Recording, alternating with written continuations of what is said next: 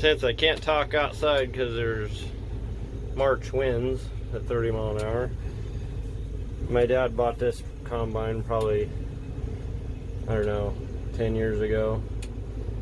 He's always changed the oil every season, and we put a new grain sump in the bottom of it a couple years ago, and I had the transmission out to do some seals or something like that. It was nothing major. We welded new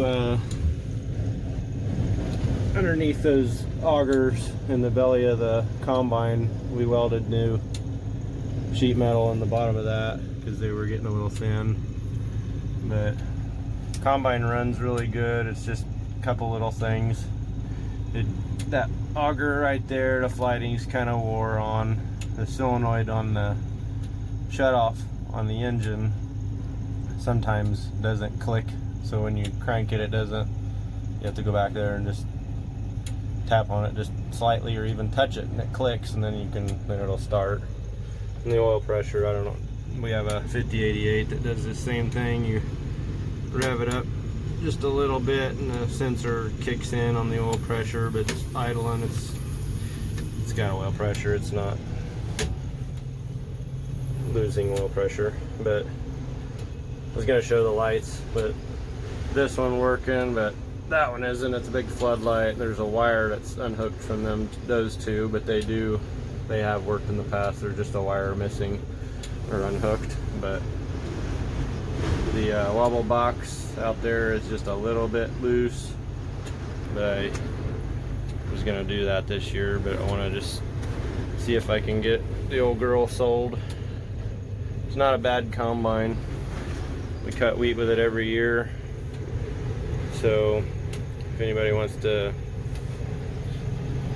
see anything that I didn't show or talk about in this video, then I'll put my phone number in the description. So I don't know what year it is, but it's got about 3,887 hours on it.